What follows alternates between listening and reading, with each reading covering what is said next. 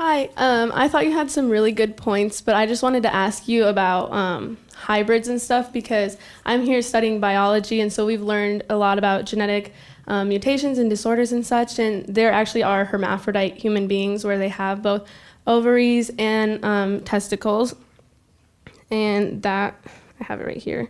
It's actually a medical condition called ovotesticular disorder, and there are also other genetic disorders where people are born with XXY, XY, or just X or just Y and such.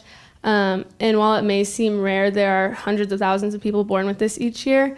And so going off of your fairy tale hybrid people, they do exist. And so I'm just wondering how that would play into your view of there being a spectrum of gender, because these are people who can get pregnant and also impregnate someone else?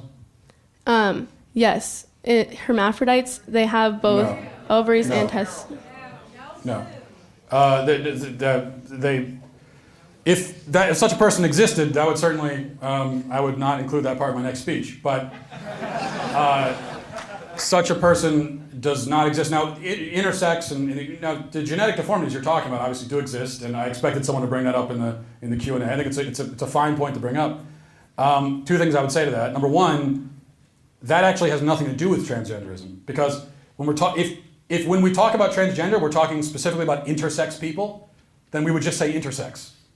But with transgender, most of the time, we're talking about men who, they don't have any deformity. They are just straight up men, clearly, and they are identifying as a woman. So even if I agreed that what you're talking about is some sort of exception, that actually would have nothing to do with the transgender topic.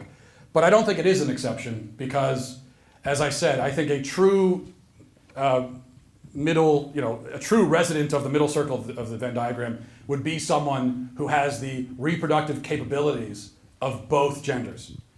And no one like that exists. I mean, not to be crude, but there isn't anyone who can get themselves pregnant, right? And that doesn't exist in the human kingdom anyway.